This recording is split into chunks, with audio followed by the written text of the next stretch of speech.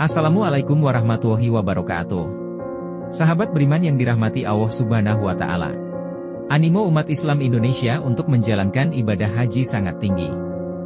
Hal ini dapat dilihat dari kuota haji Indonesia yang tersedia tidak sebanding dengan animo umat Islam untuk berhaji dalam ketersediaan dan permintaan tidak berbanding.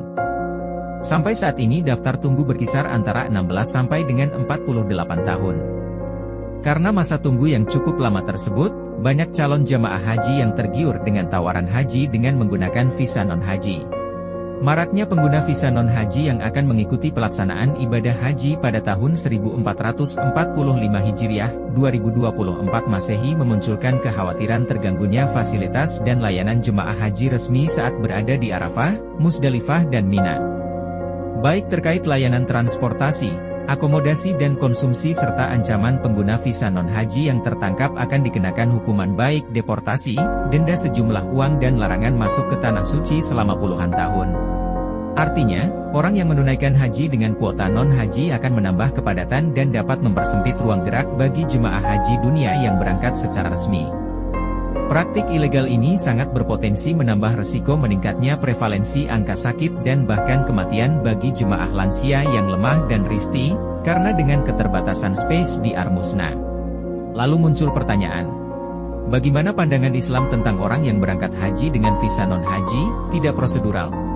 Terkait hal ini, Lembaga Bahsul Masail NU Pusat memutuskan bahwa berangkat haji dengan visa non-haji, tidak prosedural, hukum hajinya tetap sah tapi berdosa. Sah hajinya karena visa haji bukan bagian dari syarat-syarat haji dan rukun-rukun haji. Sedangkan hajinya dianggap cacat dan yang bersangkutan berdosa karena sebagai berikut. 1. Melanggar aturan syariat yang mewajibkan mentaati perintah ulul amri dan mematuhi perjanjian atau ketentuan pemerintah baik itu pemerintah Arab Saudi maupun pemerintah Indonesia, termasuk di dalamnya ketentuan pemerintah tentang pelaksanaan haji yang melarang haji tanpa visa haji. Hal ini sesuai dengan firman Allah, Quran Surat An-Nisa, ayat 59 yang artinya, hai orang-orang yang beriman taatilah Allah dan taatilah Rasul-Nya, dan ulil amri di antara kamu. Lalu jika kamu berlainan pendapat tentang sesuatu, maka kembalikanlah kepada Allah dan Rasul-Nya. Jika kamu benar-benar beriman kepada Allah dan hari kemudian. Demikian itu lebih utama, bagimu, dan lebih baik akibatnya. 2. Praktek haji dengan visa non-haji, tidak prosedural, ilegal, bertentangan dengan syariat karena berpotensi membahayakan dirinya sendiri dan juga jamaah haji lainnya.